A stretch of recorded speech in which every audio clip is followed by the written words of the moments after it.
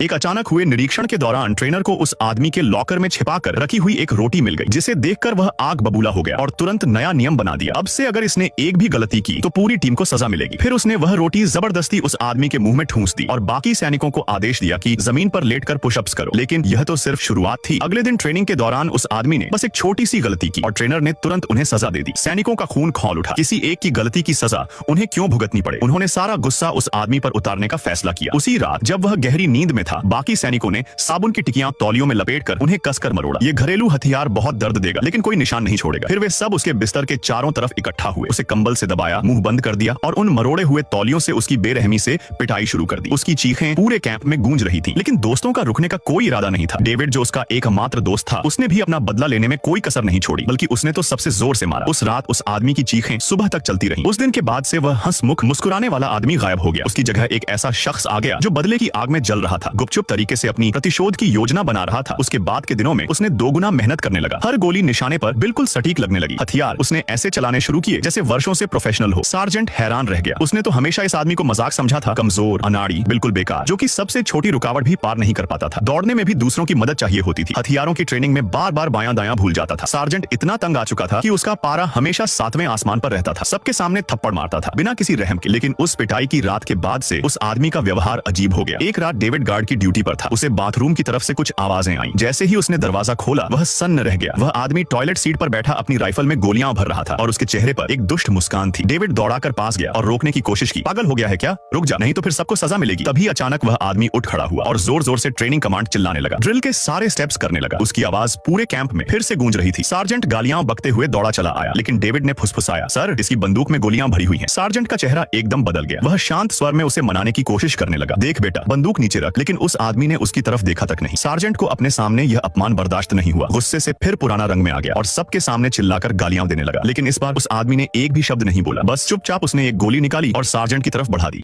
Army से retired दादाजी ने अपनी स्नाइपर राइफल सेट की और निशाना लगाया उन 3 लड़कों पर जिन्होंने उनकी पोती के साथ बदतमीजी की थी। जैसे ही लड़कों ने शैंपेन की बोतल खोली, दादाजी ने एक ही पल में उस लड़के की वो चीज उड़ा दी जिससे वो अपराध करते थे। फिर आराम से राइफल को तिजोरी में बंद किया, खाली खोल जमीन से उठाया, गमले को वापस जगह पर रखा, जैकेट पहना और सीढ़ियां उतरकर नीचे अपने पुराने दोस्तों के साथ शतरंज देखने चले गए, जैसे कुछ हुआ ही न हो। एम्बुलेंस जल्दी आई और घायल लड़के को अस्पताल ले गई। पुलिस चीफ जब मौके पर पहुंचा तो उसे सोफे में गोली का सुराख दिखा। उसने सामने वाली बिल्डिंग की तरफ देखा और सब समझ गया। अगले दिन वो तीनों लड़के फिर उसी अपार्टमेंट के सामने आए। बूढ़ा फौजी फिर अपने कमरे में गया, राइफल निकाली और दूसरे लड़के पर निशाना साधा। जैसे ही वो लड़का अपनी नई स्पोर्ट्स कार में बैठा, गोली पेट्रोल टैंक पर लगी। कार में जोरदार धमाका हुआ। लड़का तो कूदकर बाहर निकल गया, लेकिन उसका निचला हिस्सा बुरी तरह जल गया। आसपास के लोग इकट्ठा होकर तंज कसने लगे। हुआ वही जो करना था। पुलिस चीफ ने दोनों घटनाएं जोड़ी और शक हुआ कि ये काम रिटायर्ड दादाजी का ही है। वो घर गया और अपने बेटे को चेतावनी दी, बाहर मत निकलना, खिड़कियों के पास भी मत जाना। लड़का डर के मारे कांपने लगा। उसने गमले से खिड़की ढक दी, सारे पर्दे खींच दिए और सोफे पर दुबक कर बैठ गया। इधर पुलिस चीफ अपने अफसरों के साथ दादाजी के घर पहुंचा। पूरा घर छान मारा, कुछ नहीं मिला। जैसे ही वो जाने लगे, दरवाजे पर दस्तक हुई। लड़की की बुआ अपनी चाबी लेने आई थी। पुलिस चीफ उनके साथ उनके फ्लैट में गया और पर्दा हटाकर सामने वाली बिल्डिंग देखने लगा। अफसरों ने स्टोरेज लॉकर खोला। बूढ़ा फौजी पसीना पसीना हो रहा था, लेकिन अंदर कुछ नहीं था। खुद दादाजी भी हैरान थे कि तिजोरी में छुपाई राइफल गई कहां। पुलिस चीफ ने धमकी दी, अगर मेरे बेटे को कुछ हुआ ना तो 10 गुना वसूल करूंगा। दादाजी ने बस मुस्कुराकर कहा, बहुत देर कर दी साहब। आते आते ये सुनते ही चीफ के होश उड़ गए। उसे लगा उसके बेटे को कुछ हो गया। वो दौड़ता हुआ अपने घर पहुंचा, दरवाजा पीटने लगा। अंदर से कोई जवाब नहीं। गन निकाली और जबरदस्ती अंदर घुसने की तैयारी करने लगा। तभी अंदर से गोली चली। पुलिस चीफ का पेट में छेद। दरअसल उसका बेटा डर के मारे पागल हो चुका था और उसने अपने ही बाप पर गोली चला दी। तीनों लड़कों को सजा मिल गई। पोती के चेहरे पर फिर से मुस्कान लौट आई। लेकिन रिटायर्ड दादाजी अभी भी अनजान है कि उनकी राइफल गई